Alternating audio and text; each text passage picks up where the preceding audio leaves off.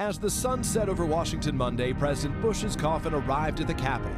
A hero's welcome heralded by cannons and a 21-gun salute.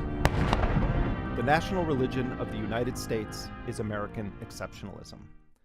And we are now in the midst of a grotesque canonization of one of its imperial saints, George Herbert Walker Bush. Every media outlet in this country, every politician, Democrat and Republican, engaged in collective eulogy based on lies. Lies about who Bush was, lies about his policies, lies about the mass killing he oversaw during his life at the highest levels of power in the United States government. George H.W. Bush was an unrepentant war criminal who spent the overwhelming majority of his life making the world a worse place, a more dangerous place, and he leaves behind a global trail of tears, of bloodshed, of death and destruction. His legacy can be seen in the poverty and corruption of Central and Latin America. It can be seen in the never-ending killing fields of Iraq. It can be seen in the international criminals that he pardoned after Iran-Contra and the systematic violence of the so-called war on drugs. This legacy can be seen in the scourge of AIDS, the presence of a sexual harasser, Clarence Thomas, on the Supreme Court, who, in a sick irony of history, replaced Thurgood Marshall, the first black Supreme Court justice and a noble man. George H.W. Bush came from a powerful family. He was born with a silver spoon in his mouth to a father who cozied up to the Nazis, desecrated the grave of the indigenous leader Geronimo, and whose businesses contributed to the imperial agenda of forcing the poor of the world into indentured servitude. This is the eulogy that George H.W. Bush should be receiving. Instead, we have this. Throughout his long life, George Bush was admired as a man of decency, modesty, and uncommon achievement. I just want to get up into heaven, and I don't get there by bragging on myself. My mother told me that years ago. George Herbert Walker Bush today is being remembered as a great man and as a gentle soul. The 41st president honored today not just as a statesman, but as a father and neighbor.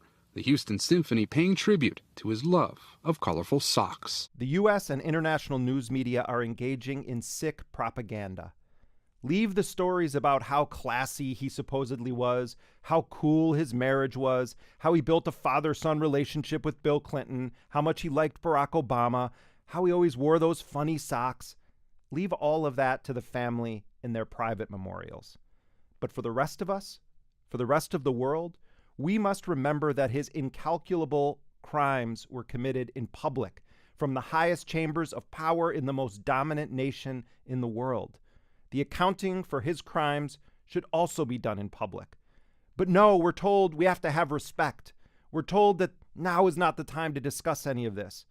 We're told that we must pretend that he was not a mass murderer with so much blood on his hands.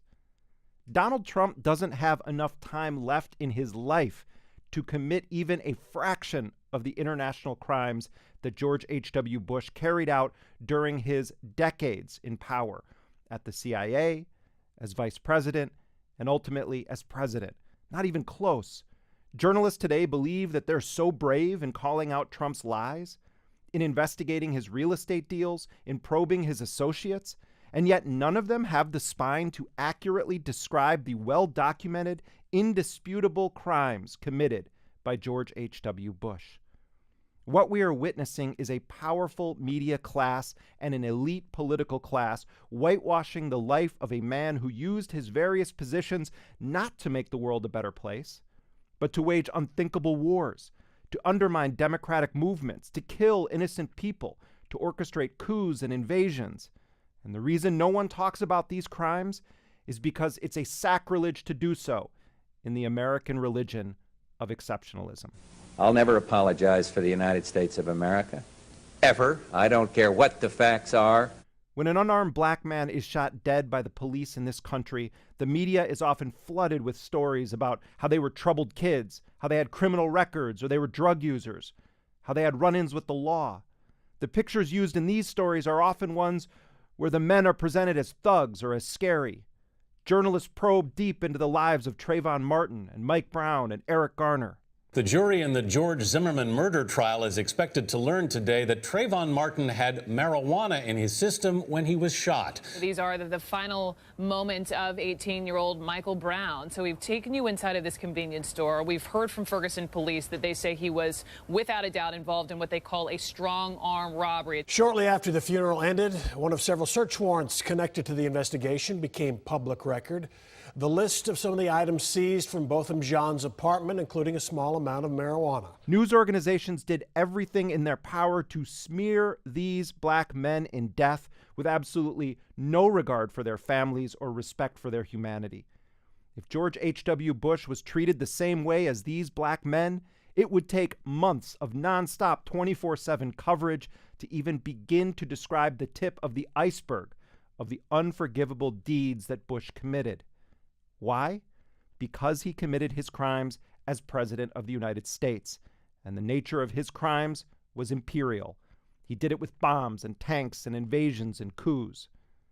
In watching the gross hagiography on display this week, I'm reminded of the quote from Voltaire: "It is forbidden to kill, therefore all murderers are punished, unless they kill in large numbers and to the sound of trumpets."